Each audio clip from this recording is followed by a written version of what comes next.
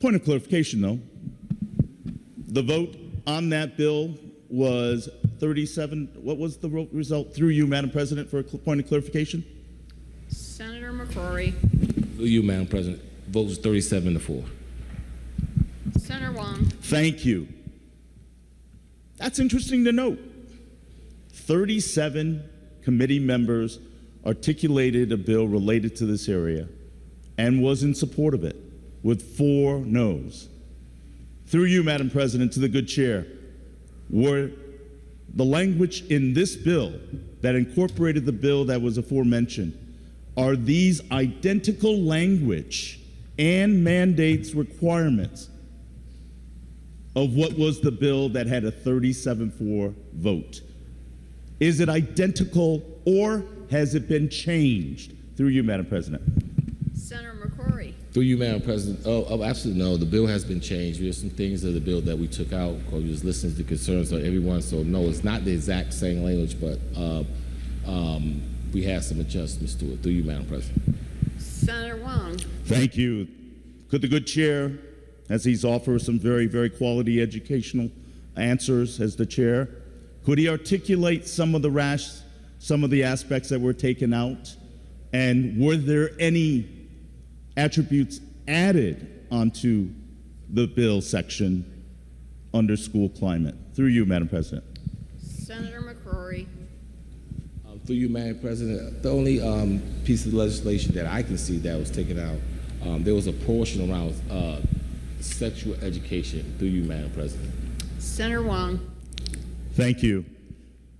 Again, I wish I had more time to just vet this through.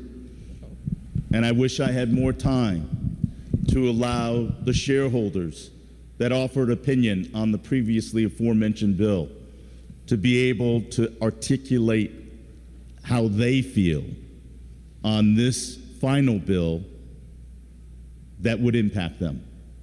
But unfortunately, we're not able to do that. And that's my frustration in going back to this title, Transparency in Education. I could go on to the various other sections, but to be honest with you, I'm not as good of a speed reader to fully understand, and I'm not as expert as our quality support staff. But what I have is a nagging, an uneasy feeling that we don't know all that has been adopted in this bill. And I take education very, very seriously. I wish I could ask my ranking members and have them offer every nuance of this transparency in education bill. But I would have to say, they may not have all the answers either. I wish we had a quality, top-flight, collaborative educational bill that befits the marquee label of a Senate Bill 1, something that we all can be proud of and put forth to support education in the state. You know, the academic achievement disparity is one of the highest in the country. We may be very fortunate to have one of our very own be the Education Secretary of the United States of America. I wish we could do better for every child in education in this state. And I know that the Education Committee and all of us want that same result.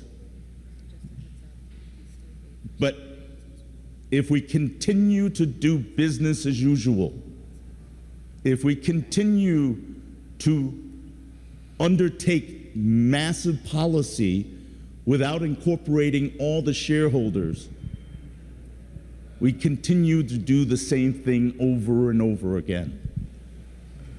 This is a missed opportunity for us to make a landmark change in our educational aspirations to befit every child that's looking for a better future. But this bill did not follow that process in my mind. This bill does not meet the high standards that we need to set for us as a body to do right in education. We may try very hard, and I have the greatest respect for the good Senate chair and my ranking member and the House chair and House ranking. But it appears other forces detracted from the goal at hand, which is what is in the best interest of the child in obtaining an education. Many parts of this, many parts of this bill, I fully embrace and appreciate and thank. And I know it's going to make a difference. But there are many other questions that have left other people behind because they didn't feel they had a voice in this process. I'll look forward to hearing other colleagues that may have different perspectives and different interpretations of this bill.